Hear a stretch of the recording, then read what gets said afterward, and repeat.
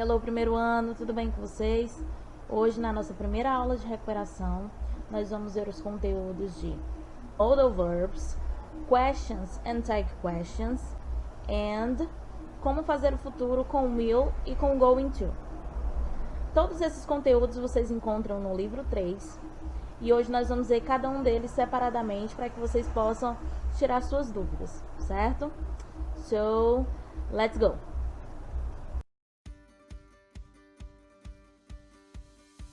O nosso primeiro conteúdo são os modal verbs. E os modal verbs, eles são verbos que têm funções diferentes dos verbos que a gente já conhece. Então, por isso que eles precisam de uma categoria específica para estudá-los, porque eles não respeitam as regras convencionais como a gente faz com os outros verbos normais, certo? Algumas regras podem ser, eles não levam o S na terceira pessoa do singular, eles não acrescentam ED no final quando a gente quer colocar no passado. As interrogativas, elas são feitas pela forma de inversão, assim como a gente faz com os outros verbos e com os verbos auxiliares. E também, quando a gente vai utilizar eles são verbos auxiliares. Eles vão nos ajudar a fazer frases em inglês, diferente dos outros verbos. E por serem verbos auxiliares, eles precisam de um verbo principal na frase. Então, eles não vão ser os verbos principais, eles vão ser verbos auxiliares, e na mesma frase vai vir acompanhado de um outro verbo, que são os verbos normais lá, que a gente consegue conjugar, que a gente consegue colocar no passado, que a gente consegue colocar no presente, que a gente conjuga na afirmativa. Então, nas frases que tem os verbos modais, nós temos um verbo modal e temos um verbo principal. Esse verbo principal, ele vai estar sem o to, a partícula to. Ele vai estar em infinitivo normal, só que sem o to, certo? Então, o primeiro verbo modal que nós vamos ver é o verbo can, que está aqui sendo utilizado. O can e o could. O can, ele é utilizado para falar de habilidades, quando eu consigo fazer alguma coisa, quando eu posso fazer alguma coisa. Quando eu digo que eu posso nadar, eu digo I can swim, eu consigo nadar. E se eu disser que eu não consigo, eu tenho que utilizar o cannot, ou então o can't, como vocês já sabem disso. E também posso utilizar o can para fazer pedidos informais, como por exemplo aqui na foto. Can we go to the Christmas party? Nós podemos ir para a festa de Natal. Isso aí é um pedido que ela está fazendo para poder ir para a festa também, tá? Mas é uma coisa mais informal, não é tão educadinho como é o could, certo? Então, esse can, ele também pode expressar a permissão e impossibilidade, e as impossibilidades também na forma negativa. Quando eu não posso fazer alguma coisa, quando eu não posso realizar alguma coisa, quando eu vou pedir permissão, por exemplo, vocês utilizam muito o can I go to the bathroom, né? De perguntar se pode ir ao banheiro, uma permissão de poder ir ao banheiro. Can I go to the bathroom? Eu posso ir ao banheiro, tá? Então, tem esses usos do can, beleza? Então, agora, o could é da mesma forma que é o can, só que esse could, ele é no passado, tá? Então, habilidades passadas, pedidos formais, sugestões, impossibilidades na negativa, assim como foi lá no can também, ou hipóteses e possibilidades, como por exemplo, vamos ver aqui desse primeiro de habilidades passadas. I could play the guitar very well when I was 17. Eu poderia, né, eu conseguia tocar violão muito bem quando eu tinha 17 anos. Então, isso aí é uma habilidade passada. Pedidos formais. Could you help me with this tie? Could you help me with this tie? Você poderia me ajudar com esta amarração? Aí, no caso, ele está pedindo a amarração aqui da gravata, tá? Você poderia me ajudar a amarrar essa gravata, dar um nó nessa gravata? Então, isso é um pedido mais formal. Sugestões. I need help with my math homework. I need help with my math homework. Eu preciso de ajuda com o meu exercício de matemática. Aí a outra pessoa responde, né? You could ask your father to help you. He's good at math. You could ask your father to help you. He's good at math. Você poderia, né, aqui no caso aqui é uma sugestão, você poderia pedir ajuda ao seu pai, porque ele é bom em matemática, certo? Então, vocês percebem que esse could é na mesma forma que é o can, só que ele é é para se referir ao passado, certo? E agora eu tenho como outros modais o may e o might. Vocês também já devem ter visto várias vezes em vários locais, porque eles também são muito usados. O may, ele é utilizado para pedidos feitos de forma educada. Da mesma forma que o can e o could também servem para fazer pedidos, né, de pedidos, sugestões, de saber fazer alguma coisa, de ter a habilidade de fazer alguma coisa, o may, ele é mais educado, ele é mais polite. Ele é para fazer pedidos de forma educada, como por exemplo, excuse me, may I come in? Excuse me, may I come in? Tipo, com licença, eu posso entrar? É uma coisa mais formal, uma coisa mais educada. Nem precisa ser tanto formal, é questão de educação mesmo, né? Quando você pede autorização para fazer alguma coisa. Permissão, possibilidades, assim como o can também é utilizado. Só que o can, ele é mais informal e o may, ele é mais formal. E agora eu tenho o might. O might, ele é utilizado para expressar a possibilidade, né? Menos de 50% de certeza. Isso é bom lembrar, porque aí você não vê uma possibilidade tão certeira. Ele é mais ou menos, digamos assim.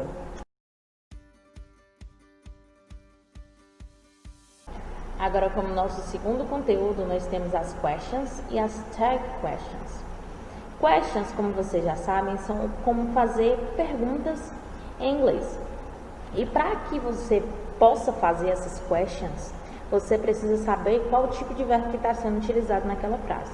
Por exemplo, vocês sabem que quando eu vou fazer uma pergunta com o verbo to be, eu inverto as posições, primeiro fica o verbo to be e depois o sujeito. E assim é feito com todas as interrogativas de qualquer tempo verbal, você faz a inversão. Mas você tem que perceber que quando você faz uma question, dependendo de como você fez essa question, a resposta pode ser yes, no question, que é de sim, não.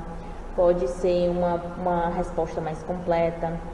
Pode ser, dependendo do verbo auxiliar que você utiliza naquela pergunta, você utiliza o verbo auxiliar na resposta. E é isso que a gente vai ver aqui agora. Quando eu faço uma question com WH question, pode ser um desses daqui. Lembrando que tem outros também, mas a gente vai ver os que tem aqui nesse livro de vocês, nesse capítulo, tá? Então, tem o who, where, what time, how long, when. Who é quem, where é onde, what time, geralmente é utilizado para horas. How long ele é utilizado para saber o período, né, a duração de alguma coisa. E o when é quando, tá? Então, quando você utiliza uma double H question, uma information question, você já começa a sua question com essa palavra. Porque se a tua frase tiver uma double H question, ela vai ser o primeiro elemento que tem na tua frase, que é quando você fez isso, ou onde você está, de onde você é, tá? Então, essas perguntas, assim, quando tem information question, o primeiro elemento da frase vai ser essa information question. Segundo elemento vai ser o verbo auxiliar, que pode ser do, does, have, will, should.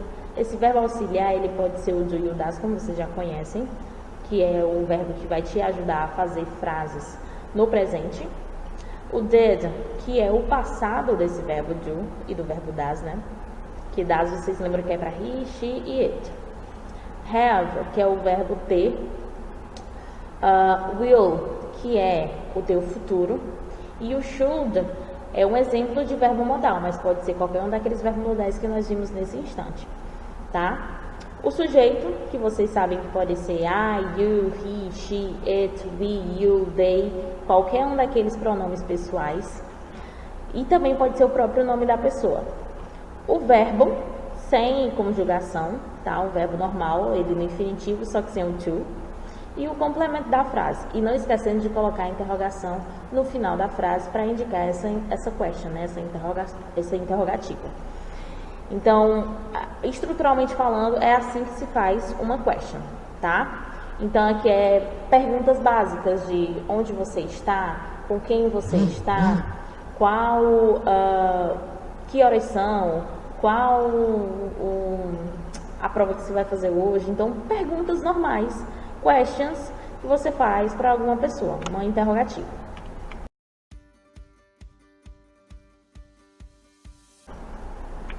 Agora, as tag questions, eu costumo dizer que elas são o nosso né, porque a gente fala assim, você vai para minha casa hoje, né? Aí esse né é tipo afirmando, perguntando para a pessoa afirmar ou negar o que tu tá falando. Você vai lá para casa hoje, né? Aí sim eu vou ou não, eu não vou, né? Então, essas tag questions servem para isso. Elas servem para confirmar a informação que tu está falando. E ela sempre vem no final da frase, ou afirmativa ou negativa, tá? Então, a tag question, ela pode ser afirmativa, que nem o nosso né, ou ela pode ser negativa, tipo, né, não. Eu falo esse né para vocês, que é o que mais se aproxima do que vocês falam realmente no dia a dia, certo? Vamos ver aqui esse exemplo. You didn't like the film, did you? Você não gostou do filme. Gostou? Uma coisa muito interessante para a gente prestar atenção é quando a tua frase normal, ela é positiva, a tag question, ela vai ser negativa. Quando a tua frase for negativa, a tua tag question vai ser positiva. Então, percebe que, quando eu falo aqui, ó, this song is boring. Esta música é chata. Não é? Aí, esse não é, eu utilizo isn't it, porque it é a song, que é a música. No sujeito, ela é it, porque vocês lembram que o it é utilizado para coisas, animais e tal.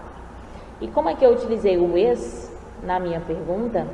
Na minha tag question vai ser is também. Só que como aqui foi afirmativa, a minha tag question vai ser negativa. The kids are playing soccer. As crianças estão jogando futebol. Kids é mais de um, é plural. Então é they, porque são as crianças. Are, ele é o verbo to be que combina com esse they. Então are vai ser utilizado aqui na tua tag question também. E o they relacionado ao kids. Se eu estou falando que elas estão jogando futebol, aí eu vou dizer não é, aí esse não é como é. Are com not, porque aqui foi utilizado uma positiva e aqui vai ser negativa. E o they, ele se refere ao kids. The kids are playing soccer, aren't they? Não é? Eles não estão, tá? Então é muito importante que vocês saibam disso. Agora, exemplos de negativos, né? The cat isn't here. O gato não está aqui. Isn't it? Ou tá, né? O gato não está aqui. Ou tá, não é? Então, dependendo de qual seja a frase, você vai ver como é que é essa tradução. Cat é it. Is é o verbo que tá, o verbo to be que combina com esse it, que é o cat. Então, eu utilizo is aqui, só que aqui já é negativo, então do outro lado vai ser positivo. Cat é it, e foi colocado bem aqui, ó. The cat isn't here, is it? Certo? These books aren't yours. Esses livros não são seus, não é? Esse are vai ser utilizado aqui. Books é they, então eu boto they aqui também. Então, o que você tem que prestar atenção? Primeira coisa, se é positiva. Se for positiva, você já sabe que a tag question vai ser negativa. E se ela for negativa, a tag question vai ser positiva, vai ser sempre o contrário. Reparem quem é o sujeito, reparem quem é o verbo que está sendo utilizado. Dependendo de quem seja, você vai ver como é que vai ser formada a sua tag question. Beleza? Então, só um resuminho básico. Questions, fazer perguntas. E estruturalmente, elas respeitam essa estrutura que está sendo mostrada aqui. As tagging questions, elas servem para confirmar a informação que você está dizendo. Se você estiver dizendo uma frase afirmativa, o seu tag question vai ser negativa. Se você estiver fazendo uma frase negativa, a sua tag question vai ser positiva. Aí você vê a estrutura, vê se é verbo to be, se for um verbo to be, você vê se ele é am, is, are, aí você vai colocar ele na tag question e vai colocar negativa ou positiva dependendo da frase que você formar, ok? Agora, como nosso terceiro e último conteúdo dessa aula de hoje, nós temos as formas de futuro, que o futuro ele pode ser feito com will ou com going to. E aí nós vamos ver qual a diferença entre eles, quando é que a gente vai utilizar um, quando é que a gente vai utilizar o outro, mas ambos significam futuro, tá bom? Então vamos ver aqui. Will, form and use. O verbo auxiliar will é utilizado para formar o simple future em inglês. Usamos esse tempo verbal para fazer previsões, promessas e falar também sobre decisões instantâneas. Então percebam que o mais importante para dizer sobre isso é que ele é usado para fazer decisões instantâneas, decisões sem uma, como que eu posso dizer, sem um planejamento, certo? Então, quando eu vou utilizar o will, previsão, promessa, assim como o going to também, para coisas futuras, mas decisões instantâneas. No momento da fala, eu decidi fazer aquela ação. E assim como todos os outros tempos verbais no futuro, o simple future, que é usado com o will, né? O will é utilizado no simple future, ele tem afirmativa, negativa e interrogativa, assim como todos os outros. A afirmativa, sujeito, will, verbo na base form, normal, sem o to, e o complemento da frase. Então, se eu falo, you will do in your best, você fará o seu melhor. O will, ele serve para modificar o verbo que vem depois. Por isso que eu sempre falo que ele não tem uma tradução específica.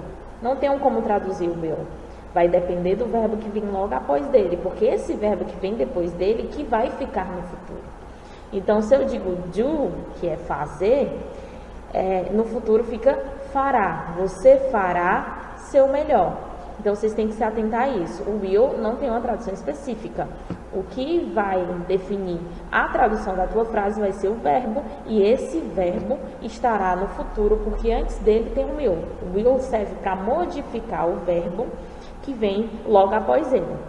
Então, estruturalmente é assim, sujeito, will, verbo e o complemento. Nas negativas, eu tenho aqui, por exemplo, Thomas will not be home at 6. Thomas will not ou won't, tá? Will not, a contração dele é won't. Então, se você ver por aí o won't, quer dizer will not. O verbo na base form, sem conjugação, e o complemento. Então, Thomas won't be home at 6. O Thomas não estará em casa às 6. Esse will not modificou o verbo que é o be. Beleza? Que é o verbo ser e estar. Vocês sabem disso, né? Já falei várias vezes. E a forma interrogativa, que sempre que a gente vai fazer interrogativas, a gente muda a posição dos verbos. Quem era segundo vai ser primeiro, quem era primeiro vai ser segundo, assim como todas as outras. Will she arrive on time? Ela chegará a tempo. Ó, como ele modifica. Ó. Chegará. Arrive é chegar. Will, como ele está sendo utilizado nessa frase, ele vai modificar o verbo para o futuro, que é o tempo verbal que a gente está estudando, o simple future. Então, will she arrive on time? Ela chegará a tempo. Se eu fosse responder yes, she will, ou no, she won't. Isso aí já é um pluszinho, né? Um a mais que eu estou dando para vocês aqui de como responder essas perguntas no simple future. Agora o going to. O going to, eu chamo ele de be going to. Por quê? Be é o verbo to be. Então, quando tu for utilizar o going to, tu vai utilizar o verbo to be junto com ele. Qual é o verbo to be? Am, is e are. São esses três, vocês já sabem disso. E dependendo de quem seja esse sujeito, que você vai saber qual é o verbo to be que você vai utilizar naquela frase. Por exemplo, they are going to play tennis tonight. Eles jogarão tênis esta noite. Então, este aqui é uma ação que está sendo planejada, não é que nem o outro que foi de repente. Então, diferente lá do will, que falava que era uma decisão feita no momento da fala, sem um planejamento, o going to, você percebe que já tem um planejamento nele aqui, ó. They are going to play tennis tonight. Eles vão jogar tênis hoje à noite. Se eu digo que uma pessoa vai jogar tênis hoje à noite, ela se planejou para jogar tênis hoje à noite. Ela reservou um horário, ela planejou a semana dela, ela planejou a rotina, para que à noite ela tivesse um tempo para jogar o tênis dela, certo? Então, tem um planejamento feito no uso do going to. Então, estruturalmente falando, você tem aqui um sujeito, o are, que é um verbo to be, que combina com esse sujeito, o going to, que tem que ter na frase, que é o que você está utilizando, play, que é o teu verbo principal da frase, sem conjugação e sem o tozinho, né, o to que vem antes, porque o going to já tem o to inserido, então não precisa de dois. E o complemento da frase. Se for negativa, quem vai ficar na negativa é o verbo to be que tu está usando. Não tem verbo to be no uso do going to e na estrutura dele? Então, você coloca o not para indicar essa negação no próprio verbo to be, como vocês já aprenderam de como faz a negativa, de como faz a interrogativa do verbo to be, certo?